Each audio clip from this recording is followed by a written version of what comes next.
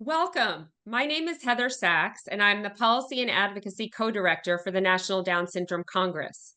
I'm here with my friend Rachel Mast, a self-advocate who has been to Washington, D.C. many times, to give you a brief introduction on how government works.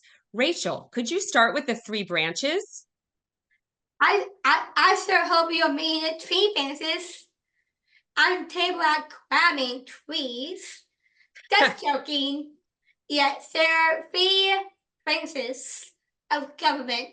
There's the legislative branch, the executive branch, and the judicial branch. Could you tell us what each branch does? Sure, the legislative branch makes the laws. They are like the chefs in a restaurant, cooking up new recipes. In the kitchen, some of those recipes wind up on the menu.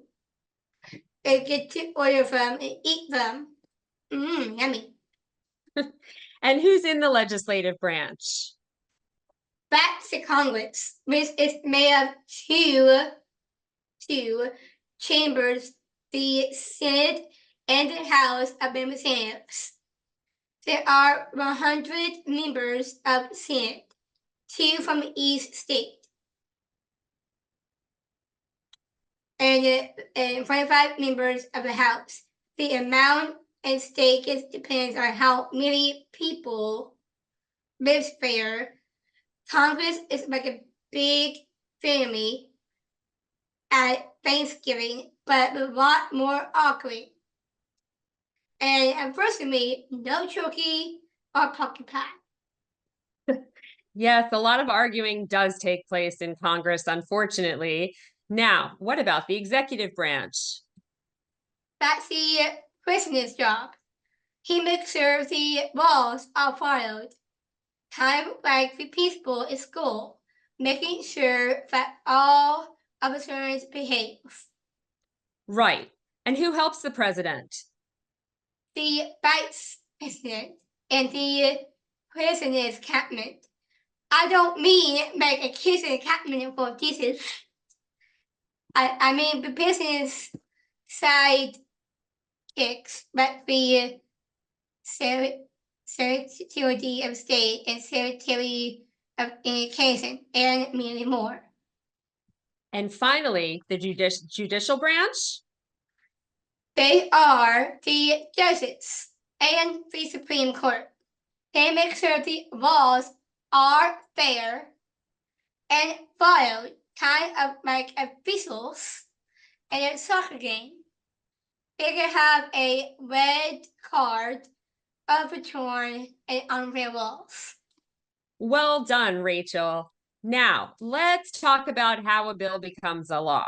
Can you walk us through the process? Sure. First, someone has an idea for a law.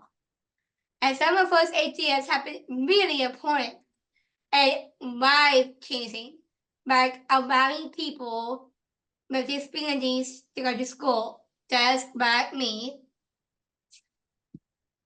Then that idea gets mentioned into a bill and it goes to Congress.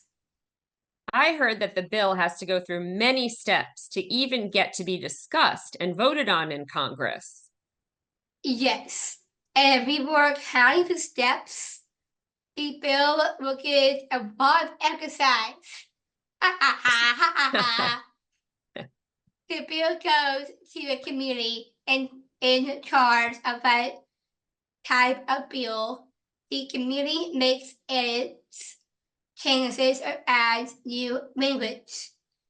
They do research and hear people testify, like me, about the bill. If the committee likes the bill and agree on language, it passes the bill, which then goes to the floor.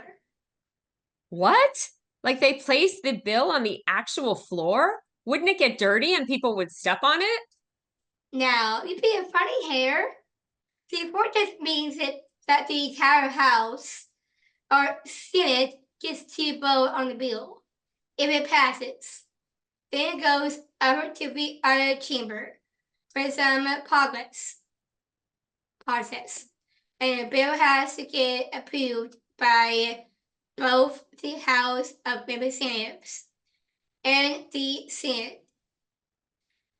It's likely you need permission from both your mom and your dad to try something new. And if both the House and Senate approve the bill, what happens next? When the president gets approved, if he signs it, it becomes a law. Ta-da! If he doesn't sign it, it does nothing. It can also become a law. If he doesn't like the bill, then he can bill it as by him saying, nope, that's not gonna happen. No way, Jose. But can the bill still become law after a veto? Yes. And if Congress really, really wants it, they can override the bill with 2/4 of vote. That's kind of like when you ask your mom ice cream before dinner and she says no. And then you go back to dad and he says yes. Poor dad might get in trouble with mom. But at least you can have your ice cream by now. Yummy. Great explanation, Rachel. Now, I know we've been talking about the federal government. Could you tell us the differences between the federal, state, and local governments? Sure, the federal government is like the big boss of the country. They handle stuff that affects everyone, like the military and printing money. And what about state governments? They take care of things at their own state, like schools and roads. And the local government? That's the government for cities and towns. They handle stuff in your community, like parks and local police.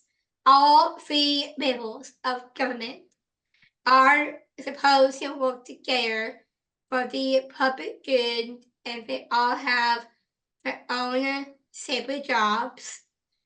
But we know that they argue sometimes and fight about who gets to do what.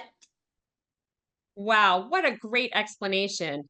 I wish you and I could go out for ice cream together to celebrate your explaining basic government processes in such an understandable way. Me too, but we were too far apart. Too far apart, and instead, maybe we could bring a bill that says all people who watch this video, he will get free ice cream. That would be great now that we know how to get a bill passed. Thank you again, Rachel. This has been very helpful. You're welcome.